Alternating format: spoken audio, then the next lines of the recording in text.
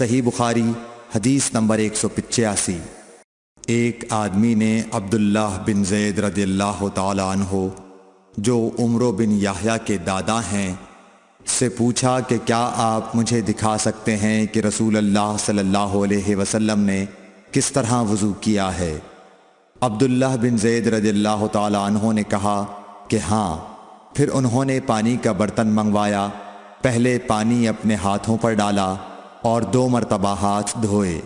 پھر 3 مرتبہ کلی کی، 3 بار ناک صاف کی، پھر 3 دفعہ اپنا چہرہ دھویا، پھر کوہنیوں تک اپنے دونوں ہاتھ 2 مرتبہ دھوئے، پھر اپنے دونوں ہاتھوں سے اپنے سر کا مسح کیا، اس طور پر اپنے ہاتھ پہلے آگے لائے پھر پیچھے لے گئے، مسح سر کے ابتدائی حصے سے شروع کیا، پھر دونوں ہاتھ گدی تک لے جا کر وہیں واپس لائے جہاں سے مسح شروع کیا تھا، پھر اپنے پیر دھوئے۔